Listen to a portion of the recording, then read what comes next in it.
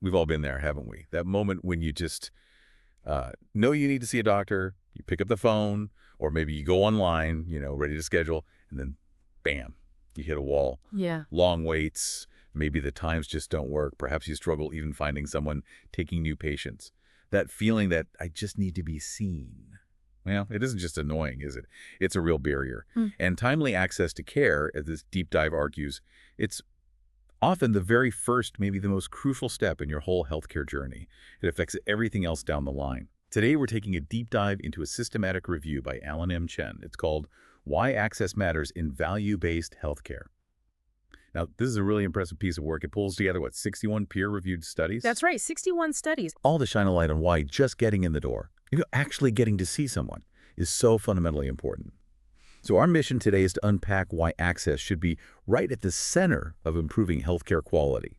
We want to understand its really far-reaching impacts and explore what all this means for you, the patient, especially in this world of, quote, value-based care. Right. And maybe before we jump in too deep, it helps to define what we mean by access to care. The National Academy of Medicine has a pretty concise definition: the timely use of personal health services to achieve the best health outcome. Timely use, best outcome. And the Agency for Healthcare Research and Quality, AHRQ, they break it down a bit more. They talk about 4 key things. First, you need coverage, like insurance. Then the actual services you need have to be available. Third is timeliness, getting that care when you actually need it, not weeks later. And finally, the workforce. Are there enough qualified doctors and nurses? It's definitely a complex picture, not just one single thing. Not at all. It's an interplay. Okay, so let's dive into the current state then. Because the numbers in this review, well, they paint a pretty stark picture of access today. It really does feel like more than just a personal frustration when you see the stats. It's a nationwide challenge. Like, AHRQ data shows about 15% of adults across the U.S. just can't get health care reasonably quickly. And it seems to be getting worse. Since 2014, average wait times for new patients, both for primary care and specialists, they shot up by 30% nationwide. 30%, yeah. That's a huge increase. And if you live in a big city, getting a new primary care appointment, the average wait is almost 30 days. But in some places, it's way worse, climbing over 100 days. Over 3 months just for an initial visit? Exactly. So maybe it's not surprising then that nearly 30% of American adults say they don't even have a primary care provider. And as of 2022, almost 1 in 5 hadn't seen any doctor in the past year. Wow. And what's really interesting, or maybe telling, is how much patients themselves care about this.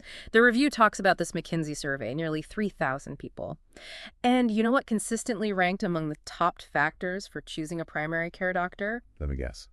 Availability. You got it. Appointment availability and appointment times that meet your needs. People are basically saying, I just need to be able to get in. Yeah, that tracks. And there's more data backing this up, isn't there? From Accenture. Right. Accenture found that nearly 2 out of 3 people would actually switch their doctor or clinic. Switch providers entirely. Yes, just for the ability to get an appointment quickly when they needed one. That's huge. It really shows how much value patients put on timely access, even before they talk about the actual, medical care. Absolutely. It's foundational. Which leads us nicely into the core themes Chen's review identified. Synthesizing across all those 61 studies, the review lays out 5 main areas where access makes a massive difference. And these themes, they don't just tell us what access affects, but really why it's so fundamental, why it matters for the whole system, and ultimately for your health. Okay, 5 themes. Let's walk through them. Where do we start? Well, the first one is probably the most direct and maybe the most sobering: health outcomes. Makes sense. Getting seen sooner means getting treated sooner. Exactly. It sounds like common sense, but the review really quantifies the impact. The quicker patients get evaluated, diagnosed, treated, the better they generally do. And delays aren't just, physically bad. They cause real psychosocial distress. Anxiety, depression, waiting for answers or treatment is incredibly stressful. Okay, but here's where it gets really, really serious. That meta-analysis mentioned in the review. Oh, the cancer treatment delay one. Yeah, 34 studies, over 1 million patients. It showed that every single 4-week delay in starting cancer treatment can increase the risk of death by 10%. 10% for every month of delay. And it just keeps climbing the longer the delay goes on. That's staggering. It's not just an inconvenience. It's life and death directly tied to access speed. And it's not limited to cancer, unfortunately. The review cites studies from the Veterans Health Administration, the VHA. They found older patients, like 70 to 74 years old, were almost 10% more likely to have a stroke if they used facilities with longer wait times. Just based on the facility's average weight. Yes, and they also found a link between wait times and a higher risk of heart attacks, acute myocardial infarction. Plus, around the 30-day wait mark for appointments, older patients started showing higher mortality rates and more hospitalizations overall. It paints a pretty grim picture of the consequences of delay. It does. And the COVID-19 pandemic really underlined this, didn't it? Absolutely. The review mentions surveys where roughly 20% of people reported delaying care during the pandemic. And those with underlying conditions, lung disease, kidney disease, they were significantly more likely to skip or postpone care. And the result? Increased deaths from non-COVID causes because people weren't getting treatment for other serious issues.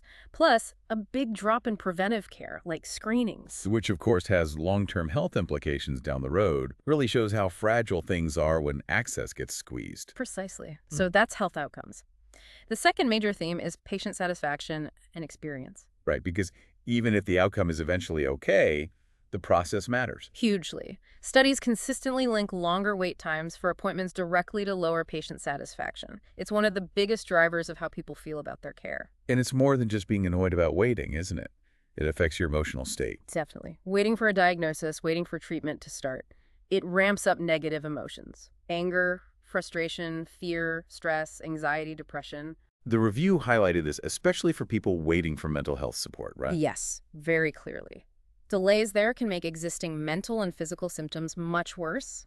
Imagine needing help urgently and being told the wait is weeks or months. That's awful. It must feel like the system doesn't care. And that feeling, that disillusionment from long waits, it can actually cause people to just give up on routine care. They skip checkups, skip screenings. Which creates more health problems later. Exactly. But the flip side is also true. When access is good, it boosts patient engagement. It gives people a sense of control, empowerment. And that's absolutely critical for building trust between patients and providers. Trust is really the bedrock. Okay, so better access means better outcomes and a better patient experience, which builds trust. What about the system itself? How does access affect operational efficiency? That was the third theme. Yes, operational efficiency. And the link is very direct. Improving access actually makes the whole system run better. Think about it. Optimizing access is basically aligning supply, the doctors, the clinics, the appointment slots with demand from patients. When that's aligned, you're not overusing or underusing resources. It smooths out logistical headaches, problems with having enough space, enough provider time. It makes the whole machine run more smoothly. Pretty much. And there's a ripple effect people might not think about. Like the no-shows. Exactly.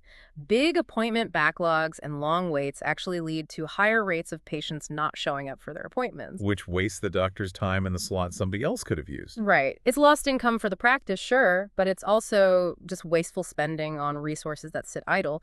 And patients who face long delays, they're also more likely to just leave that health system altogether and try to find care somewhere else. So you lose patients too. You do.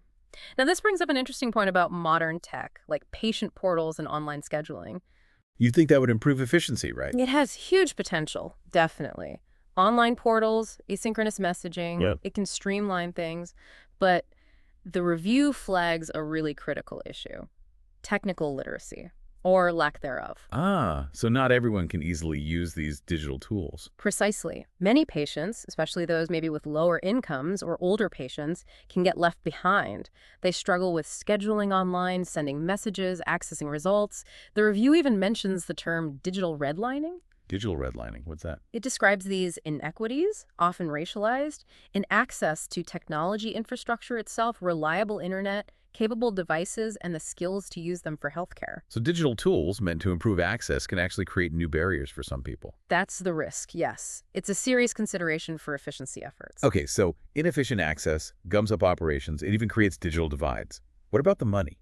Theme 4, cost containment. How does access hit the bottom line? Well, from the perspective of the health system, improving access can definitely help control costs.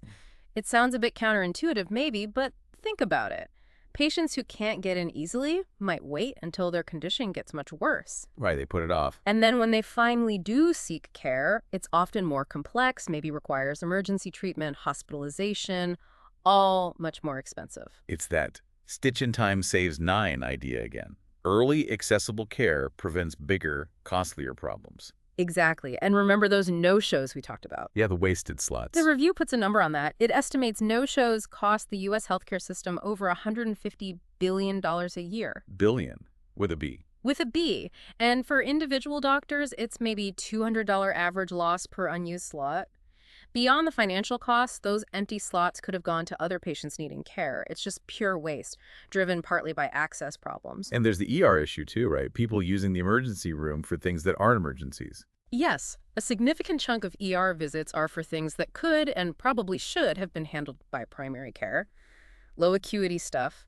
But if people feel it's easier or quicker to get seen in the ER than trying to get a regular appointment, They go to the ER, which is way more expensive and resource intensive. significantly. So poor outpatient access directly fuels costly, inefficient ER use. It all ties back. Okay, so the costs are huge. Yeah. That brings us to the fifth and final theme, which feels incredibly important.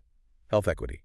Absolutely critical. The review makes a strong case that access is inextricably linked to health equity. Study after study shows that patients from underrepresented groups, historically disadvantaged communities, they use health services at lower rates. Why is that? Is it just coverage? Coverage is part of it, but it's often deeper.